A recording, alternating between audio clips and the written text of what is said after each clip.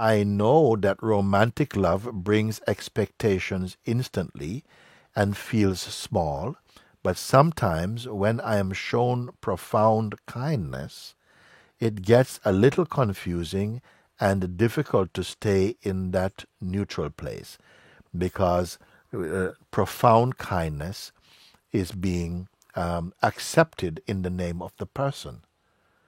You see, this profound kindness is actually a universal quality, you can say. You see, profound kindness, universal love, universal being. We are something very expansive in this, no? But then the person comes in and says, but what happens is when I'm shown profound kindness, I take it personally. And I want something out of that. And then it becomes difficult to retain my neutrality. It's almost as though something is making some kind of deal, because Yes.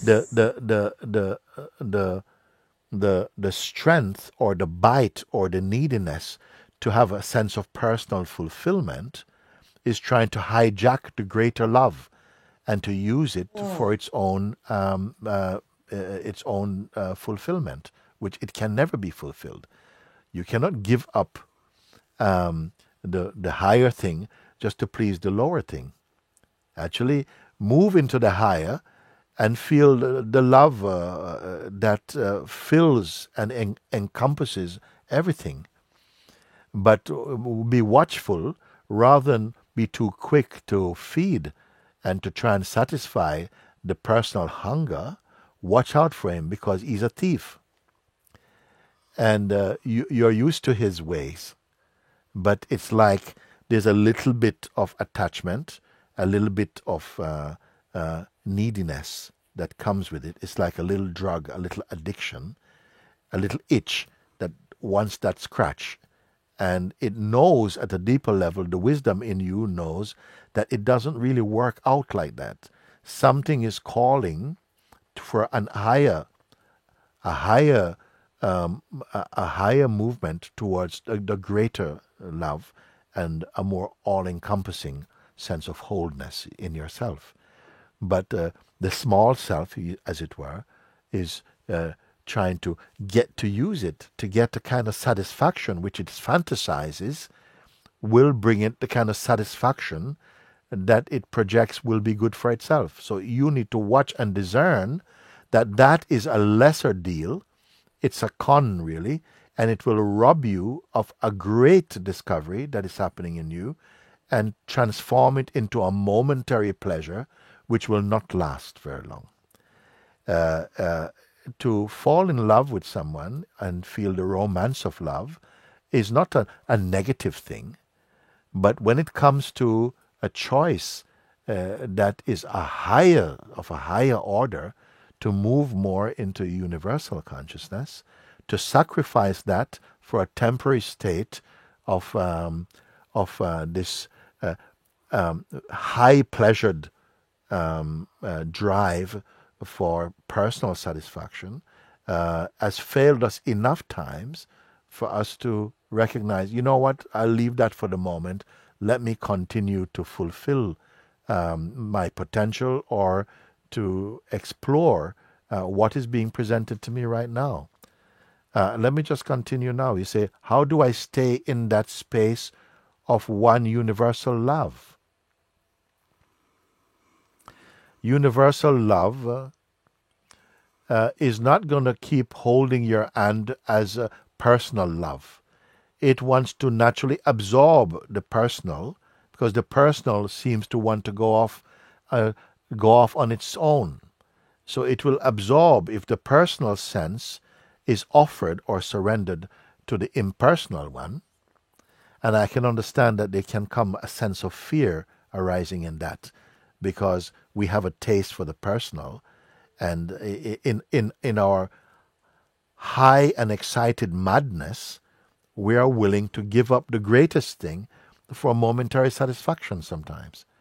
Now, that doesn't mean that you're turning your back on the possibility of having a partner, but not now, not at this moment. God is calling you, come, Lord, come, darling, come with me. And you're going, yeah, but can I bring this one because I'm highly attracted to this one? You see, so these are the kind of temptations that wisdom in you makes the higher choice. It's like that. So you say, how do I stay in that space of one universal love where wants and needs don't creep in? And if I gain that position, will I miss out on the possibility of a true love partner? So you've put that love partnership on a very high pedestal, you see, and it seems as though you are risking postponing or suspending or turning away from the greater opportunity of awakening to yourself, which may well bring forward within its hugeness and have place for a personal expression of love also, but not the other way around. You cannot ask for this just to satisfy the personal. Yes, you can ask, and it can happen that you may get the taste of that, but you must remember that in itself will not bring you the quality of fulfillment that your soul is yearning for right now. You see? And regardless, freedom is my highest attainment. You finish off with those words. You say highest attainment means that you have attained it already or you hope to attain it.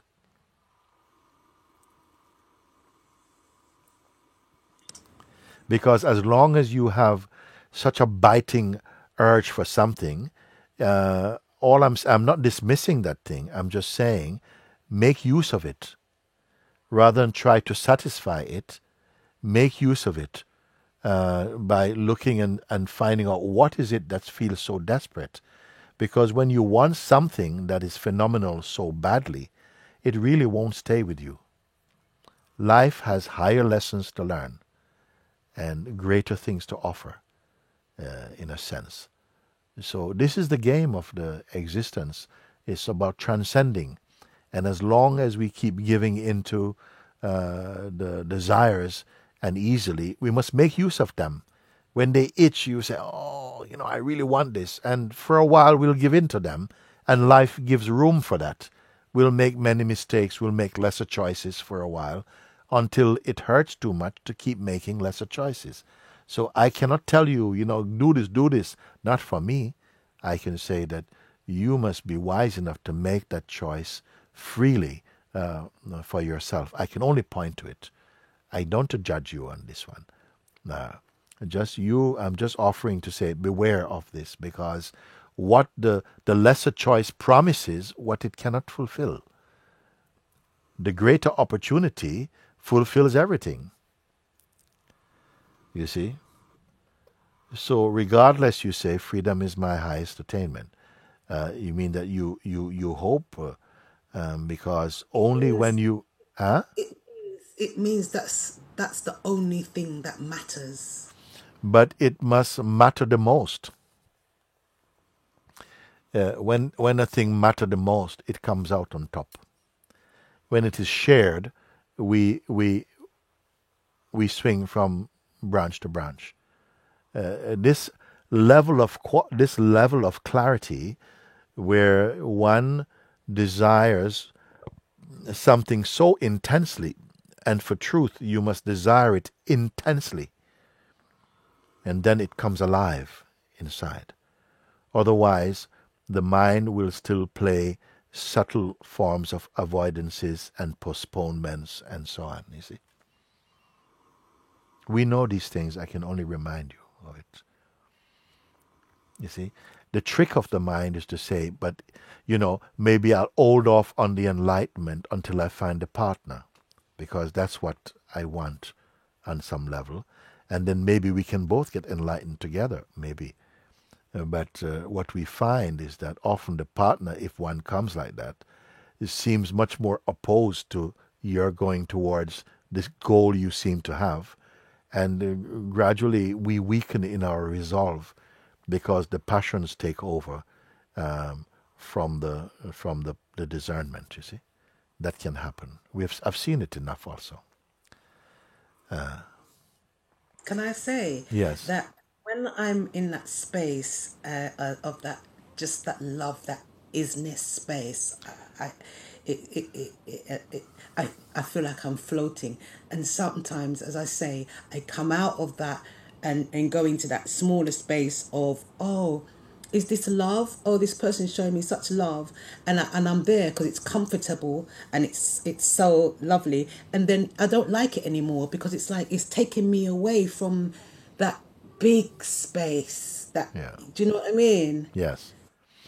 When the big space is not an enjoyment, but a fact, Oh, you will not leave it. The sense of going and coming will come to an end. It's not going for a higher joy and leaving a lesser joy. It's coming home to yourself, and nothing can equate with that. And these are things that may feel very painful in the life. We may feel so challenged. Why did God have to make it so hard? Actually, it made it very easy. Mind makes it hard. Lower choices, lower desires make it seem very difficult. How can something be hard, what you are and can never not be, but somehow just remain unaware of? What is the difficulty there, you see? Because while we have a strong taste of personhood, the person is always seeking pleasures to fulfill its own fantasies, and rarely, if ever, getting the quality of and the height of enjoyment it can have. But enjoyment is not necessarily happiness. Whereas happiness includes much joy. You see, these things are more strong in the mind than they are in actuality, you see. The mind somehow has been dreaming and developing acute desires and attachments for these states, and feels that it longs to taste the fulfillment of our projections, you see. But it just keeps postponing our opportunity. And sometimes I have to speak strongly and say that as long as we keep feeding the personal self, it's like investing in your next birth almost. I'm sorry, this might sound strong for many of you, but I respect you enough to hold you in a high standing from the quality of the letters and the sense of maturity that I sense from you collectively. And I don't mean just those appearing on the screen in front of me, all of you.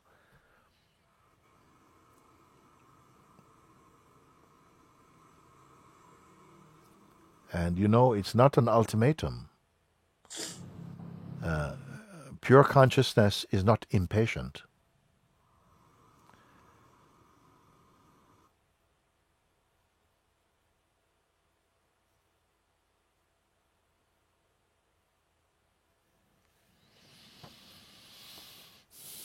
Thank you, Sutara. Please reflect, Sutara. thank you. Thank you, thank you, thank you. Love you.